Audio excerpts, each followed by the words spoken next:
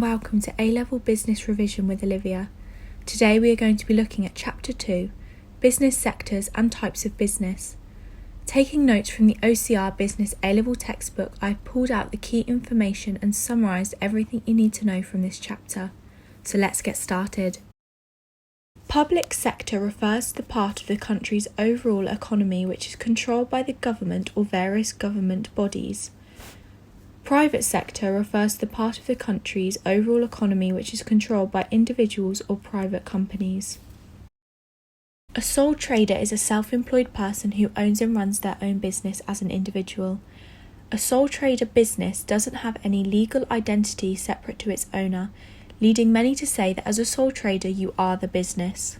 The advantages of being a sole trader include having few legal requirements, being able to make decisions quickly, the financial state of the business is private, and as a sole trader you are able to keep the profit. The disadvantages include no continuity, so if something happens to the sole trader, the business is no more. It is also hard to raise capital, you cannot issue shares, and there is unlimited liability. At a glance, a partnership exists when two or more persons commence in a business, together with a view of making profit. The advantages of a business partnership include they are easy to establish, work is shared, partners can specialise, losses are also shared, and the financial state is private. The disadvantages include unlimited liability, slower decision making, lack of capital, the profits are shared, and if a partner leaves, it ends the partnership unless agreed otherwise. You have two types of limited companies, public and private.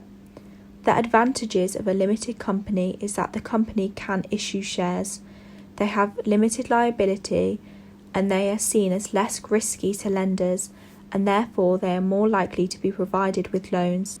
They also have continuity in the event of an unexpected incident. The disadvantage of a limited company include being at danger of a takeover. The accounts are not private and therefore competitors will be able to see the company's accounts. Their operations are more complex, which may make decision making slower, and they are expensive to set up. Although both the private and public limited companies share similar advantages and disadvantages, they are slightly different at the core. For example, for a private limited company, shares must be sold through private negotiation and therefore cannot be advertised to the public. They cannot be taken over unless voluntary. Reporting to shareholders and the accounting procedures are less complicated, and the directors may be shareholders. In comparison, a public limited company can sell shares on the stock market.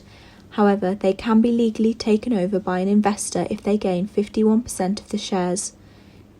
A public limited company also requires a minimum of 50,000 of share capital. They are also required to include more detail in their annual publication to the shareholders.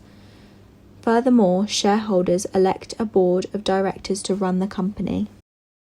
Third sector organisation is neither in the public or private sector.